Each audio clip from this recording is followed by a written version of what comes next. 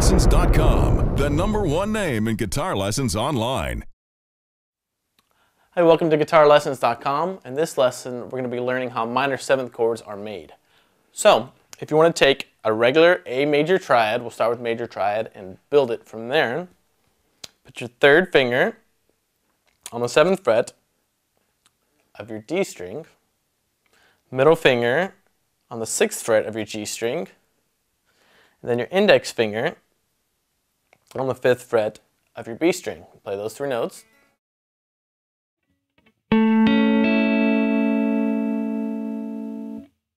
We're going to build a minor 7th chord from there. So if you have that major triad, you're going to need a minor triad for a minor 7th chord. So what you're going to do is you're going to take your 3rd, right here, your middle finger, and lower that note 1 fret. So you're going to, index finger is going to end up grabbing the 5th fret on the G and the B strings. You got a little mini bar chord going on there. So you have that minor triad. So now all you need is a minor 7th to go on top of that root 3rd and the 5th, right there. And that minor 7th is going to be way back here on the 3rd fret of your high E string.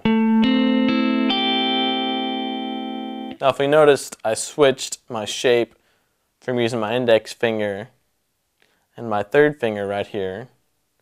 I grabbed the bottom note with my pinky finger, and then I reached up and I grabbed the other 2 notes that I was borrowing with my index finger with my 2nd and 3rd finger. So my index finger was freed up to come back here and grab this G note right here on the 3rd fret of my high E string. It's not a very practical shape, but it's great for seeing how minor 7th chords are built. So if I had a major 7th chord, let's relate it back to a major 7th again. This shape that you're probably familiar with by now. If I lowered this major 7th interval right here to a minor 7th, and then took my major triad right here and lowered the 3rd down a half a step as well, I would end up with a minor 7th chord.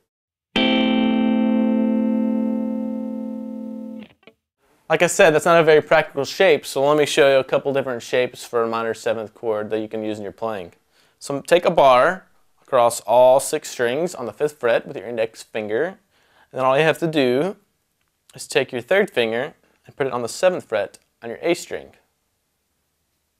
Play all 6 strings. So that's a real easy A minor 7th shape that you can use in your playing. Now the other one that you can use, let's keep our bar on the 5th fret, only this time we're going to bar just the top 5 strings and leave the 6th string out of the equation. Then we're going to take our middle finger on the 6th fret of the B string, and our 3rd finger is going to grab the 7th fret on our D string, and then play the top 5 strings. So those 2 shapes are basically just playing a root, a flat 3rd, the 5th, and the flatted 7th. We're just putting them in ways at a shape that's a lot more accessible to use in your playing.